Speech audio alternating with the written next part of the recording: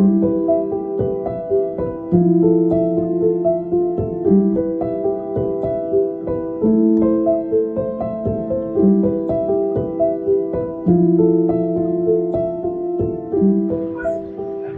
प्यारी साध संगत, बहुत सुंदर समय है। सत्संग की पावन घड़ी है और अभी आपने बहुत सुंदर सुंदर व्याख्यान सुने, बड़े अनुभव की चर्चाएं सुनी, पुराने बहुत सारे महापुरुषों के जीवन वृत्तांत आपके सामने रखे गए और ये सारी बातें सुनने के बाद महापुरुषों के जीवन के अनुभव की चर्चाएं आपके सामने जो हुई, उसको जानने और समझने के बाद एक बात जो हमें आज के समय में समझ में आती है वो ये कि किसी संत, किसी महात्मा का हमारे जीवन में, हमारे सानिध्य में, हमारी नजदीकी में होना ये बहुत साधारण, बहुत सामान्य बात नहीं है। महापुरुषों का हमारे जीवन में आना बहुत विशेष, बहुत खास मकसद के लिए होता है। आपको अगर किसी गुरु की शरण मिली है तो उसके पीछे परमात्मा आपको आपके जीवन की सबसे बेशकीमती चीज, आपके जीवन का सबसे सुंदर रास्ता देना चाहता है। कई बार वो रास्ता आपको दुनियावी दृष्टि से दिखाई नहीं देता। आपको गुरुजी मिल गए, नाम मिल गया, पर आपकी जो दैनिक दिनचर्या है, जो जीवन है, सुबह से लेकर शाम तक जो जीवन के कामों में आप उलझे हुए हैं, उसमें भला गुरु की कृपा क्या रही होगी, ये बात कई बार हमें दिखाई सुनाई नहीं देती। कई बार बाहरी चीजों में इन बातों को समझना बड़ा मुश्किल मालूम पड़ता है। जब आपको ये जीवन और जीवन में किसी संत महापुरुष से नाम से जुड़ने का अवसर मिले तो आप सिर्फ बाहरी तरीकों से, बाहरी साधनों से अपने जीवन में गुरु की कृपा को नहीं समझ सकते। आज हमें ये मौका मिले अगर कि हमारे जीवन में हमें गुरु क्यों मिला है, वो हमें हमारे जीवन में क्या समझाना चाहता है, हमारा जो दैनिक जीवन है उसे हम कैसे देखें, कैसे जिएं। दुनियावी तरीका तो यह है कि आप सुबह से लेकर शाम तक जो जो चीजें आपको जरूरी लग रही हैं उनकी पूर्ति में आप, इन तमाम चीजों के लिए आप जो भी सुबह से लेकर शाम तक श्रम करते हैं वो करते रहे, और ये हम करते भी रहते हैं। मैं बहुत सारे लोगों को देखता हूं जिन्हें ये लगता है गुरुजी से शाब्दिक नाम लेना, जो शब्द रूप उन्होंने हमें याद करा दिए, वो नाम लेना ही नाम लेना है। वो नाम मिल गया, उसके बाद हमारे जीवन में हमने गुरु धारण कर लिया, गुरु मिल गए, हमारा काम खत्म। अब हम जो कर रहे हैं वही करते रहना, उसी में हमारे जीवन का कल्याण हो जाएगा। पर हमारे जीवन में जो हम कर रहे हैं, अगर आप उसे गौर से देखें तो वो संसार में मन के पीछे भागने की क्रिया है। शरीर से आप संसार के कामों में लगे हैं, वो आवश्यक है, जरूरी है। आपको अपने परिवार का निर्वहन करना है, आपको अपने खाने पीने, भौतिक साधन, दुनिया की वस्तुओं के लिए जीवन में जीवन जीना है, और उसके साथ साथ मन से आप बहुत सारी चीजों को हर रोज, हर पल, हर घड़ी अपने जीवन में ग्रहण कर रहे हैं। इन तमाम चीजों को जो 24 घंटे आपके अंदर आ रही है, इसको आप कैसे देखोगे, इसका क्या अर्थ है, ये आपके जीवन में आपको कहां ले जाना चाहता है, ये बात गुरु की शरण में आने के बाद बदलनी चाहिए। महाराज जी कहा करते थे, आज आप किसी भी गृहस्थी के जीवन को देखें तो कोई इंसान आपको ऐसा नहीं मिलेगा जो कहे कि वो जीवन से संतुष्ट है, उसे संतोष है, उसे जीवन में सुख है, जीवन में कोई तकलीफ नहीं है। आप अपने ही जीवन में अपने आप को ही देखें। आपसे अगर कोई पूछे कि क्या तुम सुखी हो, और हम अपने जीवन की आज की स्थिति पर नजर डालते हैं तो हमें तरह तरह की परेशानियां नजर आती है। तन की परेशानी अलग है, तन में रोग लगे हैं, तरह तरह की बीमारियों से हम उलझे हुए हैं, डॉक्टरों के चक्कर लगा रहे हैं, मन में चिंताएं भरी हुई हैं। बहुत सी चीजें ऐसी हैं जो हम पाना चाहते हैं और वो हमारे हिसाब से नहीं चल रही। हमें नहीं पता हम जीवन में वो सब चीजें कैसे प्राप्त करेंगे, और उसके बाद हमें ये भी नहीं पता कि अगर वो चीजें मिल भी जाएं तो भी हमें जीवन में सुख मिलेगा भी कि नहीं मिलेगा। हुजूर कहते हैं, हमारा दृष्टिकोण, हमारा नजरिया, हमारा संसार में लगे रहने का जो साधन है वो आज भी वैसा ही है जैसा गुरु से मिलने से पहले था। हम आज भी वही जीवन जी रहे हैं जो पहले जिया करते थे। जब संत से कोई नाम लेता है तो संत सबसे पहले आपको आपके जीवन का, आपके जीने का, आपके जन्म लेने का सही स्वरूप समझा देना चाहते हैं। हम क्यों संसार में जन्मे, हमने क्यों जन्म लिया। हम संसार में दुनिया के काम करने नहीं आए थे।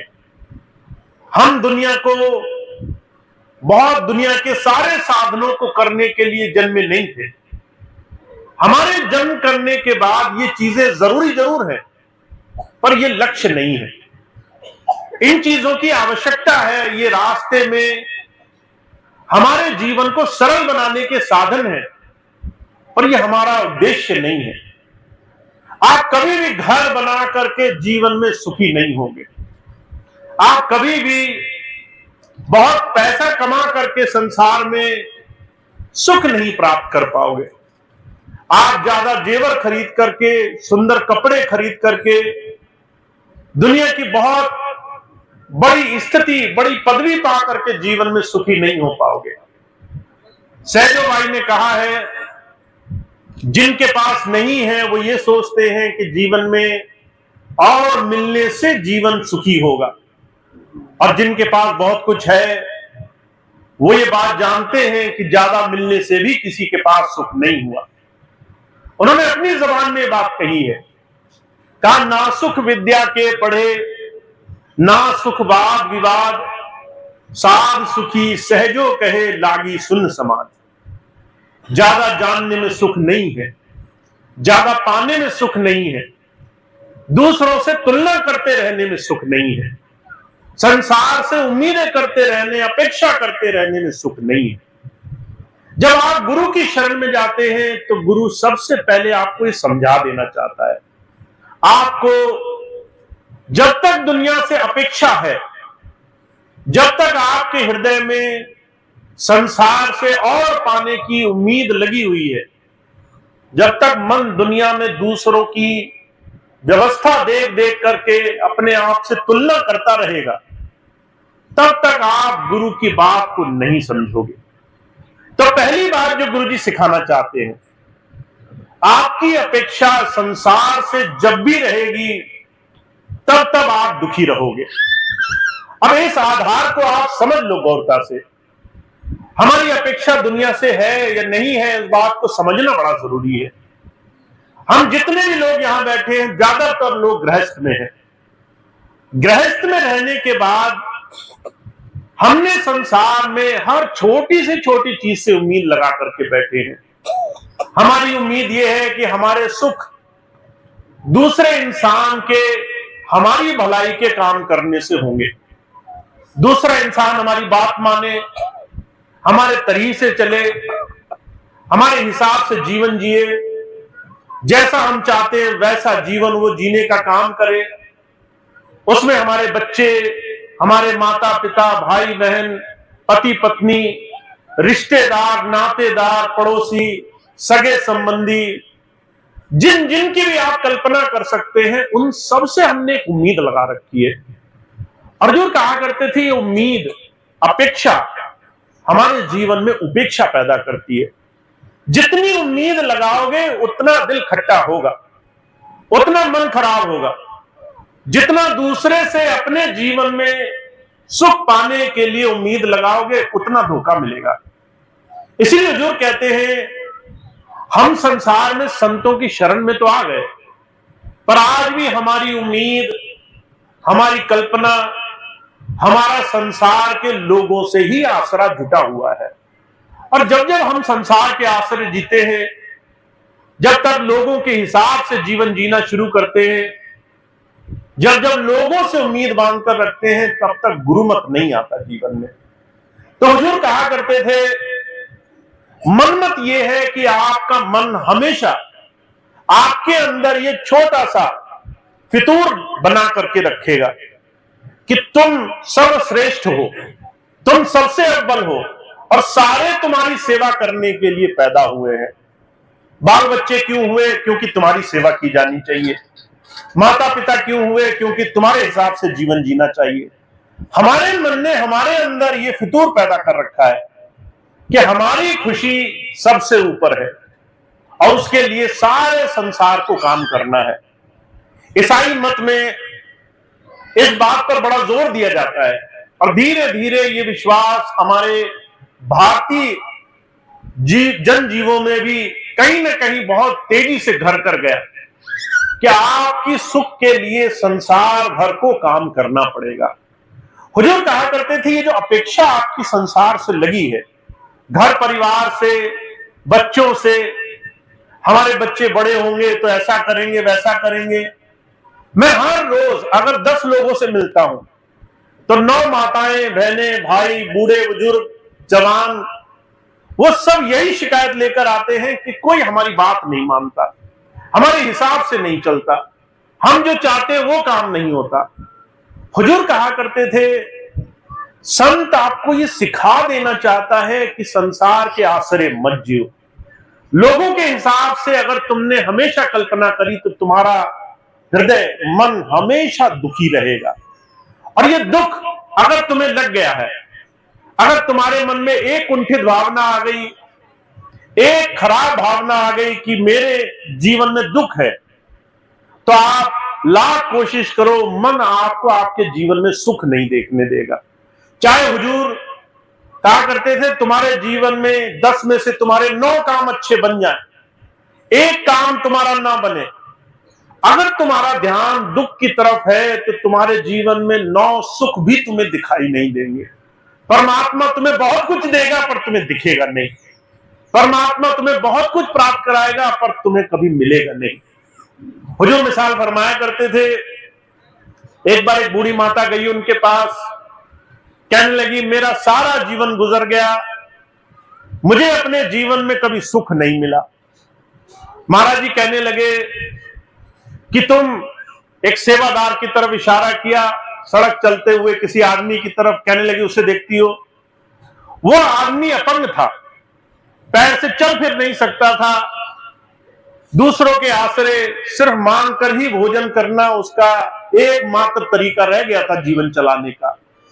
कोई जानकार नहीं, कोई रिश्तेदार नहीं, इसलिए बुरी स्थिति, गंदगी में रहना, बिना नहाए धोए, बिना किसी साधन के, बड़ी मजबूरी में जीवन काटना ही रास्ता रह गया था। महाराज जी कहने लगे, उसको देखो, उसके पास पैर नहीं है, अपने रोजी रोटी कमाने का साधन नहीं है, उसको प्रेम करने वाला, उसका हाल चाल पूछने वाला कोई नहीं है। इस अभागी स्थिति में है कि अपने शरीर को भी स्वच्छ नहीं रख सकता है। ऐसी स्थिति में वो इंसान तुमसे 1000 दर्जे बुरी स्थिति में है, तुम उससे 1000 दर्जे उस परमात्मा की कृपा के पात्र हो। तुम्हें कोई पूछने ताछने वाला है, तुम्हें कोई चाहे तुम्हारे मन के विरुद्ध ही सही, पर तुम्हें कोई भोजन देने वाला है, चाहे तुम्हारे हिसाब से नहीं फिर भी तुम्हें कोई तुम्हारा ध्यान रखने वाला है। तुम्हें परमात्मा ने सांसें दी, स्वस्थ शरीर दिया, चलने फिरने की शक्ति दी, तुम्हें 1000 काम दिए, पर तुम्हें ये सुख दिख नहीं रहा है, क्योंकि तुम्हें अपेक्षा, तुम्हारी उम्मीदें, तुम्हारा आसरा दुनिया से लगा हुआ है। हुजूर कहा करते थे, संत तुम्हें तुम्हारे जीवन की असलियत दिखाना चाहता है। अगर तुम इस संसार में उस परमात्मा की कृपा देखने योग्य नहीं बन पाए, अगर उस परमात्मा की 24 घंटे हो रही दया मेहर को देखने की दृष्टि नहीं बनी तुम्हारी, अगर तुम्हारे अंदर उसकी कृपा पात्र होने का सहारा नहीं बना, तो पात्रता नहीं आएगी जीवन में, उससे कुछ पाने के योग्य तुम नहीं बन पाओगे। इसलिए स्वामी जी कहा करते थे, जब किसी को नाम देते थे तो कहा करते थे 3 बहुत जरूरी शर्तें हैं, और उसमें जो आखिरी शर्त कहा करते थे वो कहा करते थे, परमात्मा तुम्हें बहुत कुछ देगा, पर वो तब तक देगा जब तक तुम उसकी दया मेहर का शुक्राना अदा करते रहोगे, पात्र बने रहोगे। एक छोटा बच्चा होता है, माता उस बच्चे को प्यार करके उसकी एक बार मन की इच्छा पूरी कर देती है। वो बच्चा माँ की उस दया मेहर को समझे नहीं, माँ का शुक्राना अदा नहीं करे, उसकी बात नहीं माने, उसके हिसाब से चलना नहीं शुरू करे, माता एक बार और उसकी बात मान जाती है। बच्चा फिर भी उदंड रहे, शरारत करे, माता को घूर कर देखे, गालियां निकाले, हाथ पैर चलाए, माता एक बार और उसका कहा मान लेती है। पर अगर वो 3-4 बार के बाद भी अपनी स्थिति ना बदले, तो आप अच्छे से जानते हैं कि माता पिता ऐसे उद्दंड बालक को फिर किस तरीके से ठीक करते हैं। उसकी हमेशा इच्छा पूरी नहीं करते, 3-4 बार के बाद वो समझते हैं ये जो मैं इसको दे रहा हूं उसकी ये कीमत समझने वाला नहीं बना, तो थोड़े दिन उसकी बात माननी बंद कर देते हैं, थोड़ा सा उसके साथ सख्त लहजा अपना लेते हैं, उसकी बात पर जो पहले प्यार से जवाब देते थे फिर थोड़ा सख्ती से जवाब देते हैं। अगर वो बच्चा फिर भी नहीं मानता तो थोड़ा हाथ पैर भी चला देते हैं। हुजूर कहा करते थे, हमारी और आपकी स्थिति उस परमात्मा के आगे उसकी दया मेहर को समझने वाली बने, ये गुरु हमें नजर बख्शना चाहता है, ये हमारे अंदर दृष्टिकोण सबसे पहले देना चाहता है। हम जब भी संसार में जिएंगे हमें परमात्मा जितनी भी चीजें बख्शेगा। हुजूर कहा करते थे, कबीर साहब ने इस बात को बहुत गौर से, बड़ा गूढ़ता से समझाया है। कहा, गृहस्थ आश्रम 4 आश्रमों में सबसे ज्यादा जिम्मेदारी वाला इस जीवन का स्थान बताया गया। पहला ब्रह्मचर्य, पढ़ोगे लिखोगे ज्ञान अर्जन करोगे, जीवन को बनाओगे। दूसरा गृहस्थ, जिम्मेदारी पूरी करनी पड़ेगी, जो परमात्मा ने तुम्हारे लिए जिम्मेदारी दी है उस जिम्मेदारी को पूरे ईमानदारी से निभाना पड़ेगा। भगवान श्री कृष्ण ने गीता में से स्वधर्म का पालन करना कहा है। अपने धर्म का मतलब ये नहीं कि कहीं पूजा में लग जाओ, अपने धर्म का मतलब है जो तुम्हारे लिए जिम्मेदारी सौंपी है उस जिम्मेदारी का पूरी ईमानदारी से पालन करने का भाव जीवन में बनाकर रखना। फिर तीसरा आश्रम संन्यास, तीसरा वानप्रस्थ, चौथा संन्यास। और हुजूर कहते हैं जो गृहस्थ आश्रम है, कबीर साहब कहते हैं तुम्हें जीवन में परमात्मा दोनों चीजें देगा, सुख भी देगा दुख भी देगा। कहा, गृहस्थी सेवे साधु को, साधु सिमरे राम, या में कुछ धोखा नहीं सरे दो के काम। जब तुम्हें गृहस्थ मिलेगा तो तुम्हें दुनिया में दोनों ही चीजें परमात्मा देगा, तुम्हारी इच्छा भी पूरी करेगा, और कई जगह ऐसी होगी तुम्हारी इच्छा पूरी भी नहीं होगी। कई जगह सुख मिलेंगे, कई जगह दुख मिलेंगे, पर दोनों ही चीजों को परमात्मा की कृपा मानना, दोनों ही चीजों को परमात्मा का अपने जीवन में उसके दया दान मानना। मैं बहुत सारे भाई बहनों को देखता हूं, अगर उनके जीवन में सुख आता है तो बड़े खुश हो जाते हैं, पर अगर उनके जीवन में थोड़ी सी परेशानी आ जाए तो उनको मन में संशय आने लग जाता है। अभी कुछ दिन पहले मुझे एक माता मिली, उनके घर में कुछ दिन लगातार कुछ ऐसी घटनाएं घटी जो उनकी समझ से परे थी। बच्चे नौकरी करना चाहते थे, बार बार एग्जाम दिया, नौकरी नहीं लगी। बच्चे बार बार वो यह कोशिश करते थे पर बीमार ज्यादा रहने लग गए। बार बार उन्होंने कोशिश करी, खेती खलियानी अच्छी चले, वो ठीक नहीं चली। 3-4 घटनाएं साथ साथ हो गई। माता सोचने लगी ये साधारण नहीं है, इसमें जरूर किसी ने कुछ कराया है, किसी ने टोना टुटका जादू, कोई पड़ोसी हमसे जलता होगा, कोई रिश्तेदार जलता होगा, किसी ने कुछ बुरा कराया है। अब भाव एक गलत आ गया कि मेरे साथ कोई बुरा कर सकता है, तो उन्होंने लोगों की बात सुननी शुरू करी। किसी ने कहा अरे तुम बालाजी जाओ, किसी ने कहा तुम अजमेर जाओ, किसी ने कहा तुम फलानी पूजा करो, फलाना तावीज बांधो, फलाना कंठी करो, इतने जाप करो। अब माता क्या करती, एक गलत भाव अपना आया, 10 लोगों ने दिए और धीरे धीरे वो इस तमाम चक्रों में फंस गई। अब इतने काम करने लगी, कभी तावीज, कभी ये व्रत, कभी वो व्रत, कभी ये साधन, हजारों साधन करती रही, और उसने एक चीज जो गुरु समझाना चाहता है वो नहीं समझी। परमात्मा तुम्हें हमेशा तुम्हारे जीवन में आगे बढ़ते हुए देखना चाहता है, तुम्हें तुम्हारे इस शरीर की महानता तक पहुंचाना चाहता है। इसलिए वेदों में बड़े साफ लफ्जों में कहा है, अस्तो मां सदगमय, तमसो मां ज्योतिर्गमय, मृत्योर मां अमृतगमय। परमात्मा तुम्हें क्या देना चाहता है, तुम्हारी बुराइयां का नाश हो, तुम्हारे जीवन में अच्छाई आ जाए, तुम महान बनो, तुम्हारे जीवन में अंदर अंधकार है वो अंधकार दूर हो जाए, प्रकाश तुम्हारे जीवन में हो, तुम्हारे जीवन में मृत्यु आ जाएगी पर तुम अमृत को पाने वाले बनो, तुम हमेशा के लिए मोक्ष के अधिकारी बनो। पर ये सारी चीजें तुम्हें वही पुराने काम करने से तो नहीं मिलेगी। तुम सोचो मैं वही चिंता करता रहूं, संसार में परेशान रहूं, वैसे तुम्हारे जीवन में महानता नहीं आएगी। हुजूर कहा करते थे, एक बड़ा सुंदर उदाहरण फरमाया करते थे, अगर किसी बच्चे को हम स्कूल भेजते हैं तो मास्टर एक बच्चे को धीरे धीरे कठिन सवाल देना शुरू करता है। जब वो कठिन सवाल देता है तो बच्चे वो सवाल हल नहीं कर पाते। उस वक्त अगर वो अपने माता पिता से शिकायत करें कि मास्टर तो हमारा बड़ा विरोधी है, हमारे बड़े खिलाफ है, हमारे जो है पीछे पड़ा है, बड़े मुश्किल मुश्किल सवाल देता है, जो आसान सवाल हम हल कर पाते हैं वो तो देता नहीं, ऐसे मुश्किल सवाल देता है जो हम पे किए नहीं जाते। मास्टर हमारे पीछे पड़ा हुआ है, इस मास्टर से हमारा जरूर कुछ नुकसान है। अगर हम ये सोचें कि वो मास्टर गलत है, वो कठिन सवाल क्यों देता है, तो हम कभी अपने बच्चे को महानता की तरफ नहीं ले जा पाएंगे, क्योंकि गुरु जानता है शिष्य की भलाई हमेशा आगे बढ़ने में है। इसलिए हुजूर कहा करते थे, कबीर साहब ने इस बात को बड़ा सुंदरता से कहा है, कहा गुरु कुम्हार सिख कुंभ है, गड़गड़ काड़े खोट, अंदर हाथ उभारता बाहर देता चोट। गुरु तुम्हारी बड़ाई नहीं करेगा, वो हमेशा तुम्हें चुनौतियों में डालेगा, हमेशा तुम्हें संघर्ष में डालेगा। परमात्मा तुम्हारे जीवन में जब तुम सुख मांगोगे तो तुम्हें थोड़े से कष्ट भरे अवसर में देगा, ताकि तुम उस सुख को पाने के अधिकारी बन सको, ताकि तुम जीवन में और ज्यादा पाने के योग्य बन सको। जो तुम पाना चाहते हो उस चीज को तुम प्राप्त करने के योग्य बन सको। इसलिए हुजूर कहा करते थे, अगर तुम परमात्मा से, अपने गुरु से कहते हे गुरु मेरा परिवार सुखमय हो जाए, तो गुरु तुम्हें उस परिवार को, उस सुख को बनाए रखने के योग्य बनाना चाहता है। मान लीजिए उसने तुम्हारी बात मान ली, तुम कहो हे गुरु मेरे घर में सुख हो जाए, आपके घर में सब आपकी बात मानने लग गए, पर आप नहीं बदले, आप अभी भी उनको खरी खोटी सुनाने में लगे हो, आप अभी भी उनकी गलतियां निकालने में लगे हो, तो वो कितनी देर आपकी बात मानेंगे? महीना 2 महीना फिर वही पुरानी स्थिति आ जाएगी। अगर आप ये कहो कि मैं अपने जीवन में कुछ पाना चाहता हूं, तो परमात्मा आपको उसके योग्य बनाना चाहता है।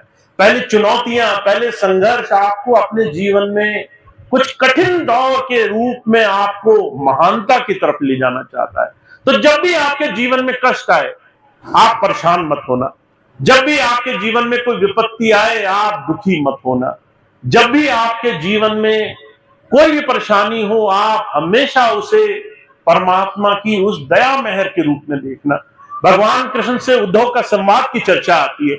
एक बार उद्धव गए, भगवान कृष्ण से कहने लगे, भगवान जिसे आप प्रेम करते हो उसे आप क्या देते हो? तो जो है भगवान कृष्ण कहने लगे, जिसे मैं बहुत प्यार करता हूं उसे 3 चीजें दान में देता हूं। कौन सी 3 चीजें? कहा बीमारी, निरादर और अपमान। हमें जो है अगर कोई बहुत प्यार करता है तो हम उसे जो है गरीबी, बीमारी और निरादर, 3 चीजें। अगर गरीबी होगी तो उसकी याद रखोगे, अमीरी होगी तो सबसे पहले उसे भूलोगे, सबसे पहले उस परमात्मा को भूलकर बैठ जाओगे, कहोगे मैंने ही कमाया था, मेरी जो से मेरे ही प्रयास से सब कमाया गया। और जब गरीबी होगी तो कभी नहीं कहोगे कि मैं अपनी वजह से गरीब हुआ, हमेशा उस परमात्मा की याद करोगे। कहते बीमारी होगी, अगर हम स्वस्थ रहे तो हमेशा कहोगे कि मैं बहुत अच्छा जीवन जिया, पर अगर बीमारी होगी तो कभी नहीं कहोगे मेरी गलती थी, तब हमेशा कहोगे परमात्मा ने मुझे इस तरीके से डाल दिया। हुजूर कहा करते थे, जब आपके जीवन में कष्ट आए, समझ लो परमात्मा आपको जीवन में और आगे ले जाना चाहता है, और महानता की सीढ़ी और अच्छाई की तरफ ले जाना चाहता है।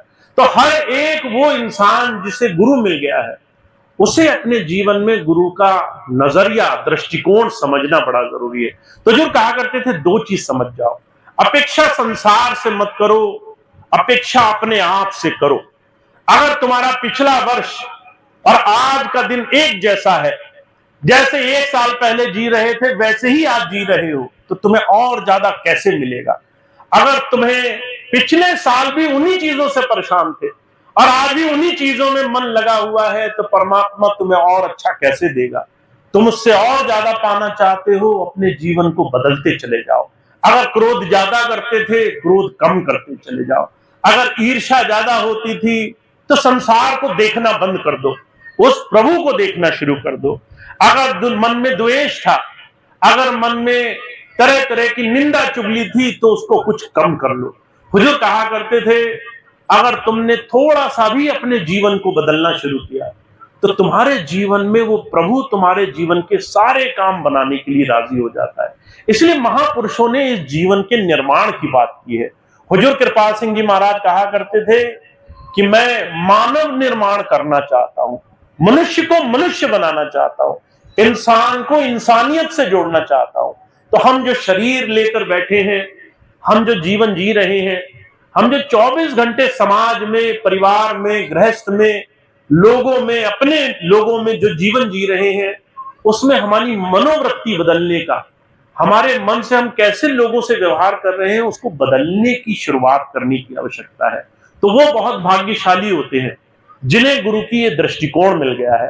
हुजूर कहा करते थे कि जिस दिन तुम इस रास्ते पर लग गए, कबीर साहब ने कहा है, कबीरा मन निर्मल भया जैसे गंगा नीर, पीछे पीछे हर फिरे कहत कबीर कबीर। उस प्रभु की दया मेहर में देरी नहीं है, वो तुम्हें जब चाहे तब मालो माल कर सकता है, पर वो तुम्हें उसके योग्य बनाना चाहता है, और वो तुम्हें उस दिशा में, ताकि तुम अपने 24 घंटे में से कुछ तो समय उसकी तरफ जुड़ोगे, अपने जीवन को कुछ तो उसके भरोसे गुजारोगे। इसीलिए कहा है, कबीर भरोसे राम के निर्भय होकर सोए, अनहोनी होनी नहीं होनी होए सोए। तो भरोसा सिर्फ अपने गुरु का रखो, भरोसा सिर्फ उस मालिक का रखो, संसार के भरोसे छोड़ दो। लोग तुम्हारी मन की करें या नहीं करें, तुम्हें चिंता नहीं होनी चाहिए। तुम्हारे हिसाब से दुनिया चले नहीं चले, तुम्हें घबराहट नहीं होनी चाहिए। तुम्हारा मन खराब नहीं होना चाहिए। तुम्हारे बच्चे तुम्हारी बात माने या नहीं माने, तुम घबराना मत। तुम्हारे घर में तुम्हारी इच्छा से, तुम्हारे हिसाब से काम हो या नहीं हो, तुम परेशान मत होना। अगर तुमने गुरु पर भरोसा रखा है, तो जो कहा करते थे, अनहोनी तो होगी नहीं तुम्हारे साथ। तुम्हें लग रहा होगा कि पड़ोसी ने कर दिया, हो ही नहीं सकता। कहा राई बटे न तिल घटे जो लिखिया करता। एक राई कितनी छोटी होती है, कहती इतना भी कोई तुम्हारे जीवन में बदलाव नहीं कर पाएगा।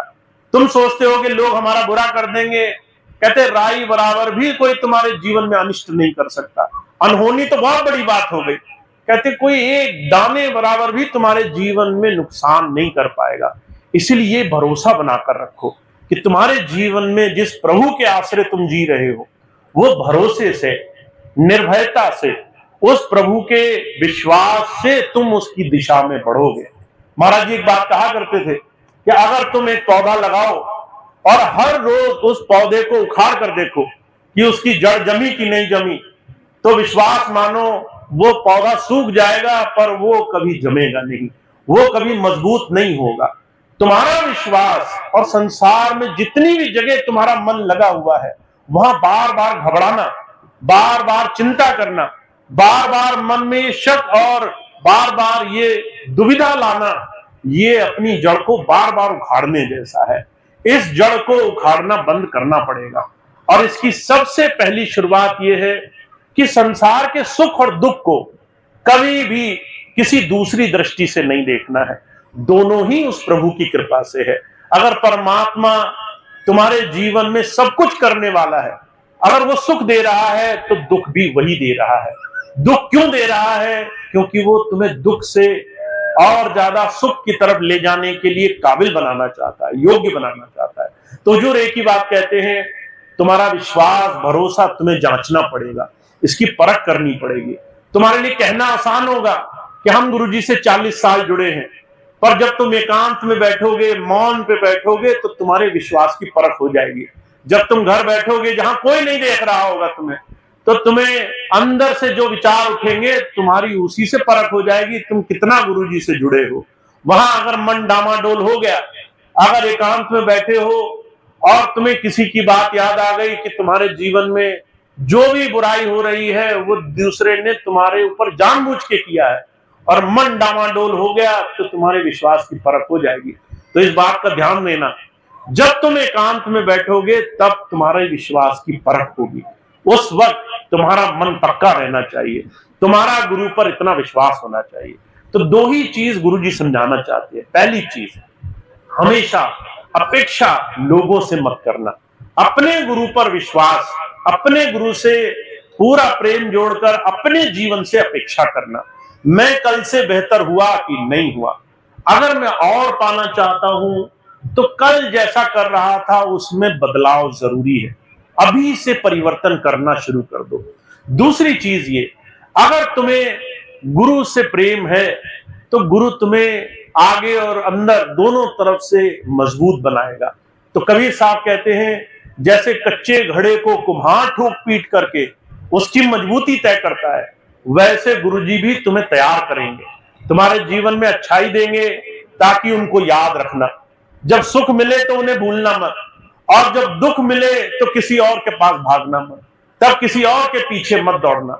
अगर ये दोनों ही चीजें तुम समझ गए तो तुम देखोगे तुम्हारे जीवन में सारे काम गुरु तुम्हारी एक क्षण भर, एक छोटी सी याद करने मात्र से करने लग जाएगा। तो हम बहुत भाग्यशाली हैं, हमें स्वामी जी बहुत कुछ दे रहे हैं, ऐसा जीवन दिया जिसमें हम उनका पल पल शुक्राना अदा कर सकते हैं। जीवन में हजारों चीजें ऐसी दी हैं जो बहुत से लोगों को नहीं मिली। लोगों के पास गरीबी है, बीमारी है, निरादर है, तकलीफ है, शरीर से स्वस्थ नहीं है, कोई उनके परिवार में उनको 2 घड़ी बिठाने वाला नहीं है। हमें परमात्मा ने इन तमाम चीजों से बख्शा है, हमें उसका धन्यवादी होना चाहिए, उस प्रभु का शुक्राना करना चाहिए। मन में तमाम चीजों की चिंताओं की बजाय हमें अपने गुरु के चिंतन से अपने जीवन को गुजारना चाहिए। तो ये काम आपको करना है ताकि आप अपने गुरु को बड़े प्रेम भाव से याद करो। जब भी उनकी याद आए तो आपका हृदय वो कृतार्थ भाव से, उनके प्रेम भाव से भरा होना चाहिए।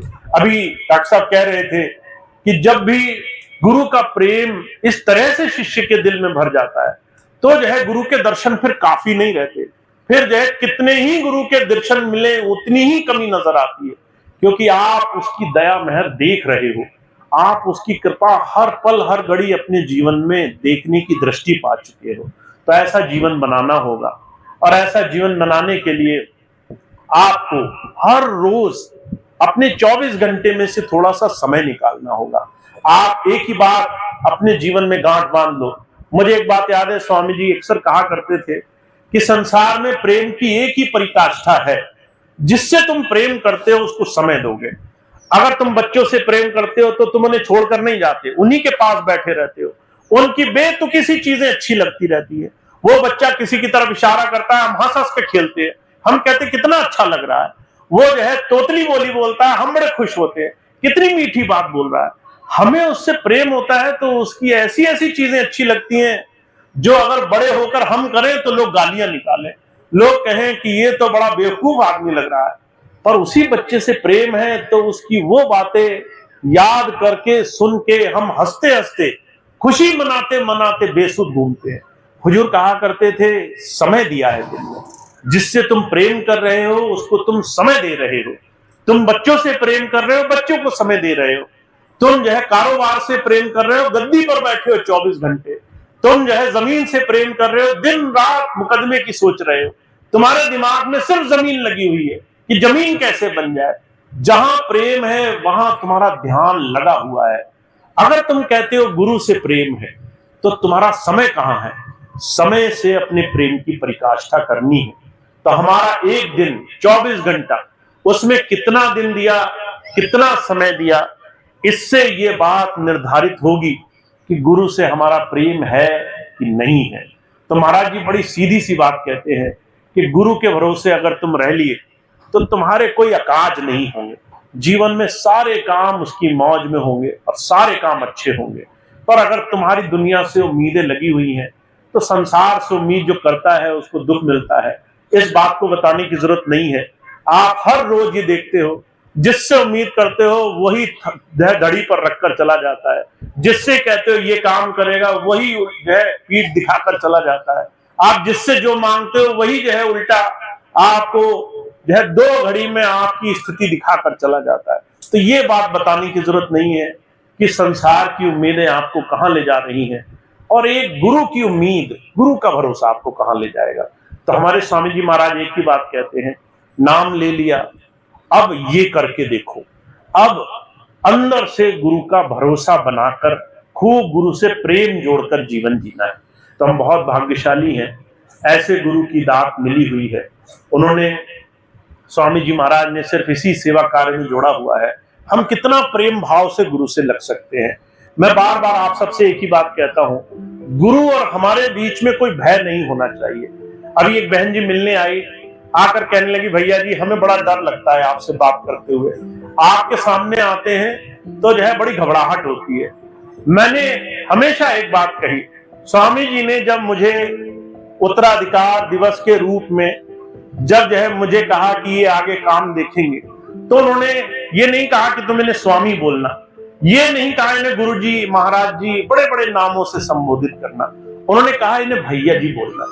उनका सिर्फ एक मकसद था, जैसे भाई और बहन के बीच में, भाई भाई के बीच में मैत्री होती है, मित्रता होती है, बड़ी घनिष्ठता होती है, अपनापन होता है, वैसा अपनापन बनाकर रखना। तो अपनापन जब आप मानोगे तो आपको फिर भाई बहन के बीच में जैसे कोई बंधन नहीं आता है। वो 1000 बार लड़ते हैं, 1000 बार लड़ते हैं, फिर भी एक दूसरे का सहारा बनकर रहते हैं। तो ऐसी मैत्री, ऐसी जुड़ाव की स्थिति आपको बना सको, इसलिए स्वामी जी ने आपको बड़ा सुंदर अवसर दिया है। तो आप निसंकोच, निडर होकर के गुरु से जुड़े और बिना ये सोचे कि मैं बात करूंगा अच्छी होगी, बुरी होगी, खराब होगी, मैं जो बोलूंगा उसमें कुछ अच्छा बुरा तो नहीं हो जाएगा, ये दिमाग से निकाल करके आप जुड़े और जुड़ करके अपना प्रेम भाव गुरु से जोड़ने का जीवन बनाए, ताकि आपको जीवन में जो मिलना है वो जल्दी जल्दी मिलना शुरू हो, आपका टाइम ना खराब हो और आप बहुत आगे अपने जीवन में जा सके। तो आपको कोई डर नहीं रखना है मन में, आपको कोई मन में संकोच नहीं रखना है। आप अपनी बात कहें, दुनियावी कहें, अच्छी कहें, बुरी कहें, ये मत सोचें कि ये बात कहने योग्य नहीं थी, ये बात तो दुनियावी थी, ये तो जमीन जायदाद की थी। क्योंकि जब आप कहोगे तभी आपको उससे किस दिशा में जाना है उसके रास्ते मिलेंगे। तो सभी भाई बहन, हमारे सभी प्रेमी यहाँ मौजूद हैं, खूब प्रेम से गुरु से जुड़ना है, क्योंकि प्रेम ही इस समय, इस कलयुग में ऐसा साधन है जो आपको आगे ले जाएगा। दूसरी मन बुद्धि की बड़ी बड़ी चीजें आपको आगे नहीं ले जाएंगी। तो आप प्रेम से गुरु से जुड़िए, खूब प्रेम भाव से उनसे जुड़कर जीवन का लाभ उठाइए। इतनी बात कह के मैं अपनी बात समाप्त करता हूँ। स्वामी जी महाराज के ये कुछ वचन थे जो आपके सामने रखे गए। अब आज का कार्यक्रम समाप्त होगा, एक प्रार्थना होगी और प्रार्थना के बाद आज का कार्यक्रम समाप्त होगा। जिन भी भाई बहनों को नाम दीक्षा लेने की चाह होगी, नाम नहीं लिया होगा, वो नाम लेने के लिए अब प्रार्थना के बाद आराम से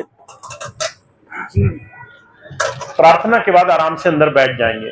मैं एक चीज और बता दूं आपको, बहुत से भाई बहन संकोच करते हैं, हमने नाम लिया था बहुत पहले, क्या हम दोबारा आकर बैठ सकते हैं?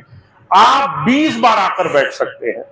आपने नाम लिया, जब नाम लिया आप छोटे थे, जब नाम लिया आपको वो बात नहीं समझ में आई, अभी आपको संकोच लग रहा है, आपकी इच्छा है कि जब नाम लिया जाता है तो हम भी भजन पर बैठ जाएं। ऐसे हजारों कारण हो कि आप दोबारा नाम के समय ध्यान पर बैठना चाहते हो, आप खुशी खुशी आ सकते हो, आपको पूछना ही नहीं है।